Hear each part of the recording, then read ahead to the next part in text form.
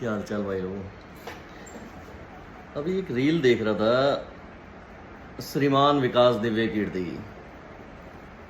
तो विकास दिव्य कीर्ति जी उस रील में यह बता रहे हैं कि पिछले 5000 सालों से ब्राह्मणों का पढ़ाई पर आरक्षण है और अब ये 60-70 साल 100 साल के आरक्षण में बिलबिला रहे हैं, कुछ इस टाइप की बात थी।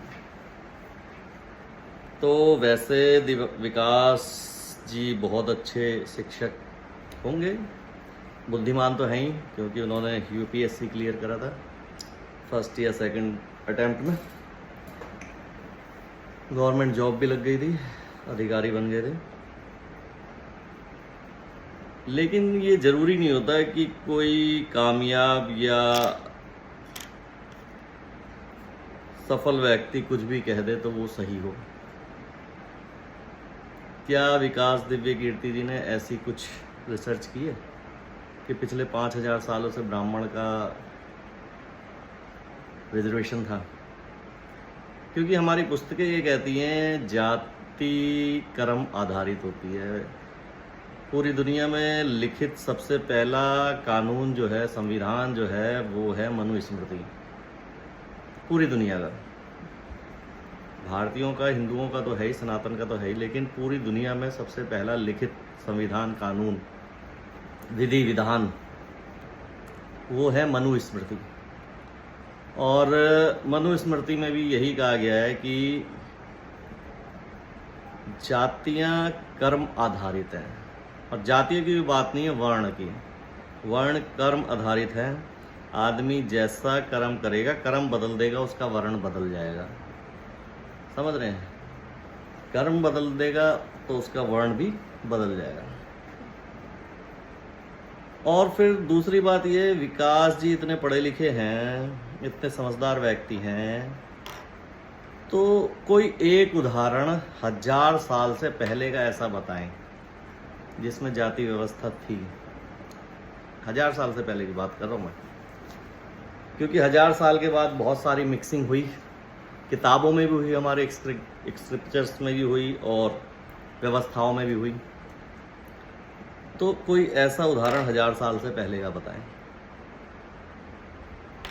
दूसरी बात मैं ये कहता हूँ कि पढ़े लिखे वो हैं, सब चीज़ है, तो उन्हें ये बात ध्यान नहीं आती कि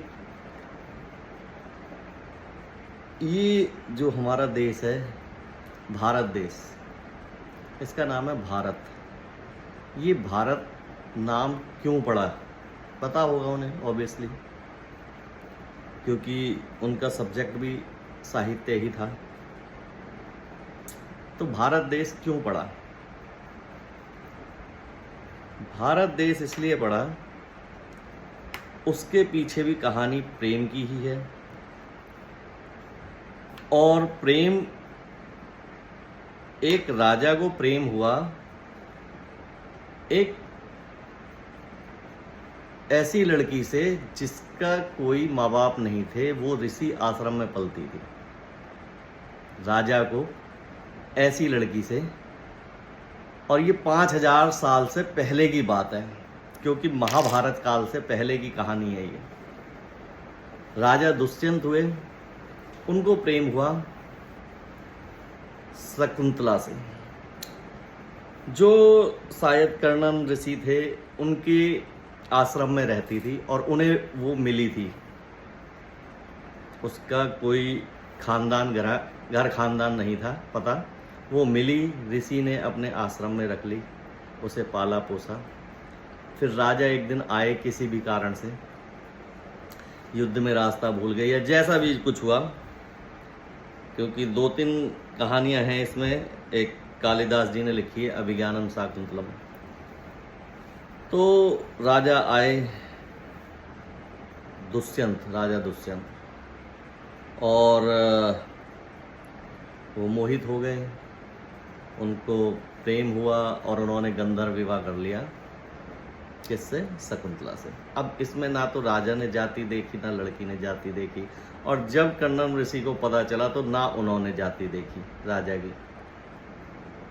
तो गंधर्व विवाह हो गया, राजा चले गए वादा करके कि मैं आऊँगा और तुम्हें ले जाऊँगा, और शकुंतला प्रेग्नेंट हो गई कुछ समय बाद। उसके बाद एंट्री होती है दुर्वासा ऋषि। अब दुर्वासा ऋषि कौन थे, उसकी भी एक बड़ी लंबी कहानी है, तो मैं आग्रह करूँगा उस कहानी को आप सब गूगल पे पढ़ें, क्योंकि किताबें तो अवेलेबल नहीं होंगी। दुर्वासा ऋषि कौन थे, उसको कहानी को पढ़ें। उनकी माता अनसुईया थी, ठीक है ना, वो किस तरह से हुए, तो कहीं कोई जाति का उल्लेख नहीं है, ठीक है ना। वो ऋषि बन गए, और ऋषि दुर्वासा का मतलब ये होता है दुर्वासा, जिसके साथ कोई रह नहीं सकता। और रह क्यों नहीं सकता? क्योंकि वो गुस्सैल बहुत थे, और वो गुस्सा किस चीज़ का था? शिव जी का। मतलब शिव जी ने अपना गुस्सा, क्रोध त्यागना था, वो क्रोध उन्होंने उनकी माता जी के घर में रख छोड़ा और प्राण दे दिए, तो वो हुए दुर्वासा ऋषि, समझे। तो उन्होंने श्राप दिया शकुंतला को। शकुंतला खोई भी थी उस समय राजा दुष्यंत के ख्यालों में कि वो आ रहे हैं, तो वो उनका सम्मान नहीं कर पाई दुर्वासा ऋषि का। तो क्रोधित होकर उन्होंने शकुंतला को श्राप दे दिया कि जिसके ख्यालों में तुम खोई भी हो वो तुम्हें भूल जाएगा। ऐसे ही हुआ, दुष्यंत भूल गए, शकुंतला गई उनके पास, दुष्यंत भूल गए कौन हो आप, मुझे क्षमा करें, मैं आपको नहीं पहचानता। लेकिन दुर्वासा ऋषि ने एक उसका हल बता दिया था। जब उन्हें पता चला ये प्रेग्नेंट है, और दया के रूप में कि जो कोई उसकी निशानी जब दिखाएंगे तो वो याद आ जाएगी। तो खैर वो वापसी आ जाती हैं, और रास्ते में उनकी अंगूठी भी गिर जाती है समुद्र में, उसे एक मछली निगल लेती है, तो वो अंगूठी भी नहीं दिखा पाती, जिससे कि उन्हें याद आ जाए, ठीक है। तो वो जो उनका पुत्र होता है शकुंतला का और राजा दुष्यंत का, वो जंगलों में पला बड़ा होता है, क्योंकि ना घर जाती हैं फिर आश्रम में, और ना वहाँ की होती है वहाँ से। तो वो जब जंगलों में पला बड़ा बढ़ता है तो उसका नाम रखा जाता है भरत। और वो ही कहानी जब आगे जाती है कि फिर वो दुष्यंत को पता चलता है ऐसे ऐसे ये बालक कौन है, ऐसे जंगलों में रहता है, ऐसे इनके दांत गिनता है।